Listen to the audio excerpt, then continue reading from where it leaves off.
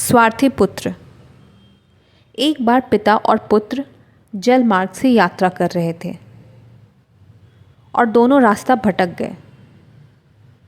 वे दोनों एक जगह पहुँचे जहाँ 2 टापू आसपास थे। पिता ने पुत्र से कहा, अब लगता है हम दोनों का अंतिम समय आ गया है। दूर दूर तक कोई सहारा नहीं दिख रहा है।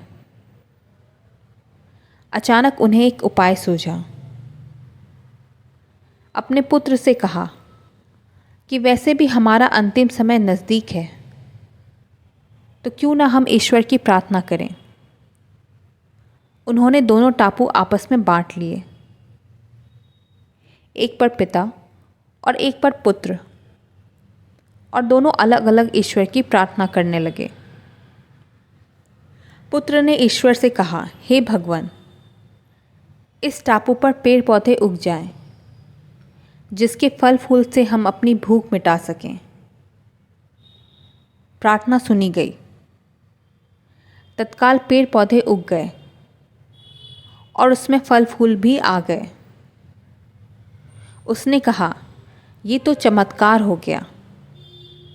फिर उसने प्रार्थना की, एक सुंदर स्त्री आ जाए जिससे हम यहाँ उसके साथ रहकर अपना परिवार बसाएं। तत्काल एक सुंदर स्त्री प्रकट हो गई। अब उसने सोचा कि मेरी हर प्रार्थना सुनी जा रही है, तो क्यों न हम ईश्वर से यहाँ से बाहर निकलने का रास्ता मांगें। उसने ऐसा ही किया। उसने प्रार्थना की, एक नाव आ जाए जिसमें सवार होकर हम यहाँ से बाहर निकल सकें।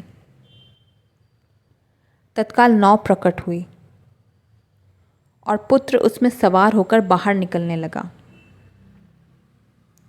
तभी एक आकाशवाणी हुई, बेटा, तुम अकेले जा रहे हो, अपने पिता को साथ नहीं लोगे?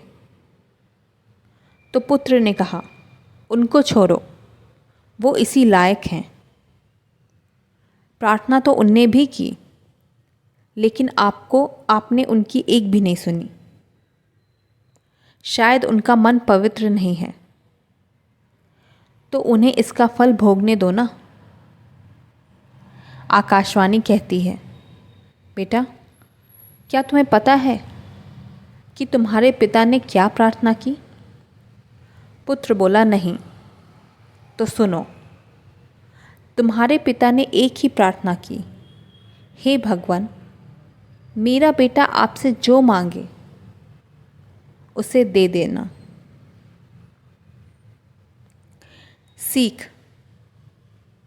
इस कहानी से हमें क्या सीख मिलती है?